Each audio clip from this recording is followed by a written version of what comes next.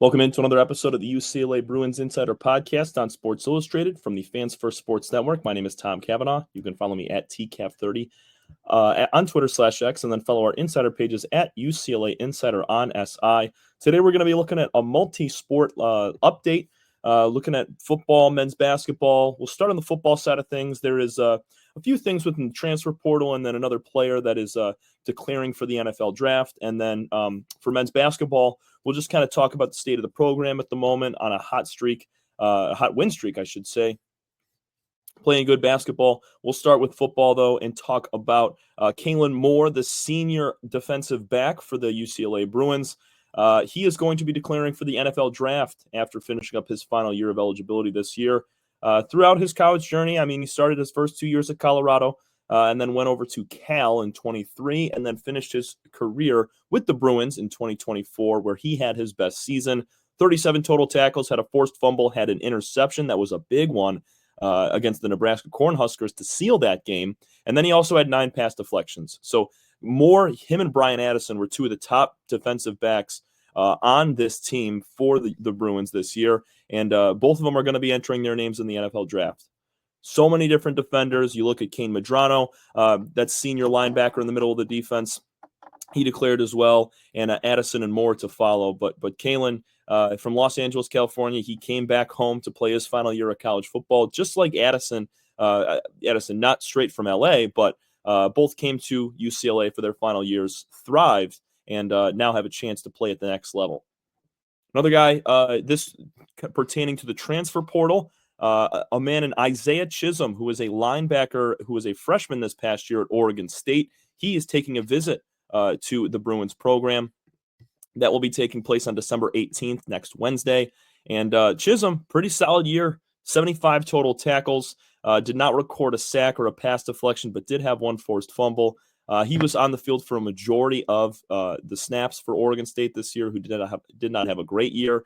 From Santa Clarita, California, so he would be coming back home to be able to play for a school not too far from where he grew up.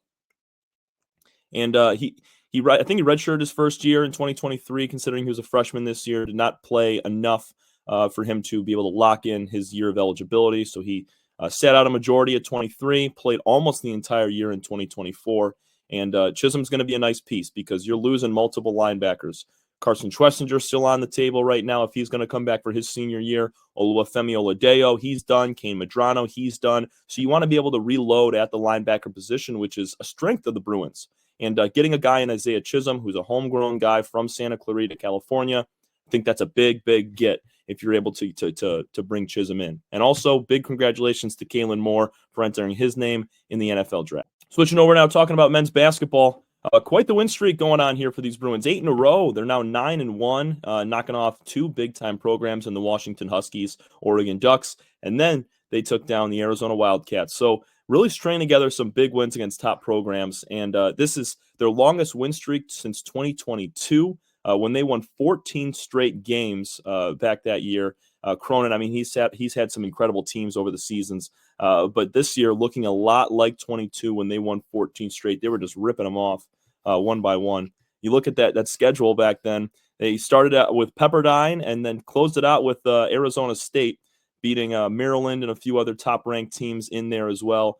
And it kind of shows a lot of the same team. Also, this team that won 14 straight, they lost to Gonzaga in the Sweet 16 round that year, the year after Cronin took them to the Final Four. And it just shows kind of the similarities in the team from that year and what we have this season with the Bruins. Listen to the broadcast. Both guys on the call last night watching the Bruins play the Wildcats talked about how the Bruins were so young last year. They had so many international guys still learning the game of basketball in the NCAA and collegiate men's basketball. And this year it's completely different. 180 turn of a team.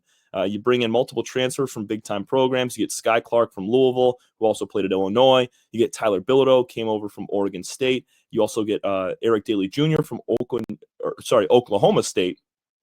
So many different pieces. William Kyle III from a really good South Dakota State squad. Big pieces have joined this team this year, and they've all made massive impacts. It's really been fun to watch, and I think they're kind of shaping up to be a lot like that 14-win team. And the Bruins with another challenge. They'll be playing on Tuesday night at home, 9:30 p.m. Eastern. That's 6:30 Pacific against Prairie View A&M. That's a team that struggled this year. They're 1-8. Their only win is against the College of Biblical Studies. That was in their first season opener. And since then, they've lost 8 in a row. Bruins likely to handle business there. But it's just another good opportunity to sit there and kind of improve on the things that the Bruins have continued to do well at, whether it's offensive rebounding, whether it's forcing turnovers, limiting their own turnovers. Those are things that they were able to really kind of polish up over the course of 3 week period after the loss to New Mexico. They didn't play a bunch of the best teams. They played Southern Utah, Cal State Fullerton, Idaho State, and the likes. And in those games, they won handedly by 30 plus in each matchup. But also they were able to really polish up some of the things that plagued them in that New Mexico game. And it showed when they played Washington, when they played Oregon on the road in a hostile environment. And then they went on the road again into an NBA arena, playing where the Suns are at against the Arizona Wildcats, and looked good in all 3 games. So, you continue to use one of these tune-up games to really hone your craft and work on the things that have plagued this team, so that when they got to play North Carolina next Saturday, they're going to be on the right foot and they're going to be looking good. Can't wait for this Bruins team to finally hit Big Ten play. They have Prairie View A&M, North Carolina, and then Gonzaga to wrap up non-conference before they tip off with Nebraska in early January to start the new year and start a new conference. I know they've already played 2 conference games against Washington and Oakland, but each team